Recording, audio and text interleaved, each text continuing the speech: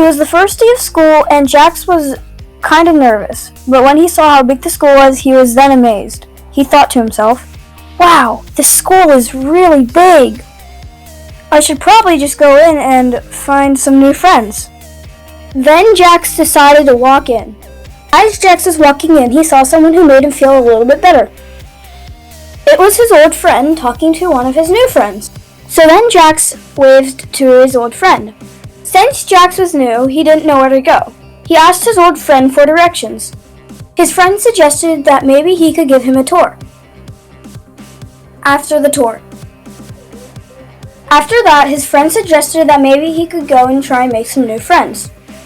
Jax pointed to the first person he saw. He said, "Maybe I can make a friend with that guy." That kid just happened to overhear what Jax was talking about to his friend.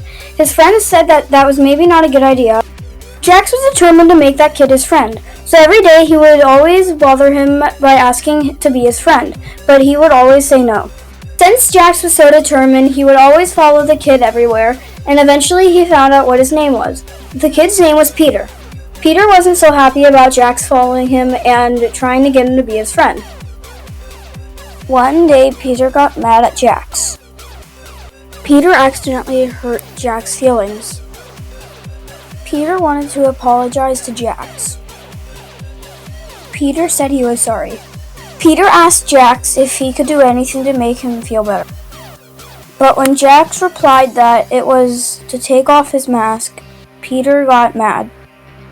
Jax finally convinced Peter to do it, but when Peter was about to take off his mask, Jax made another request. The request was to show him his full form.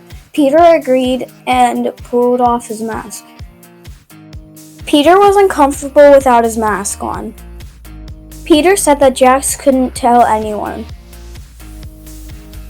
Peter didn't like being in his full form either. Jax never told anyone. Ever since then, Peter and Jax were best friends.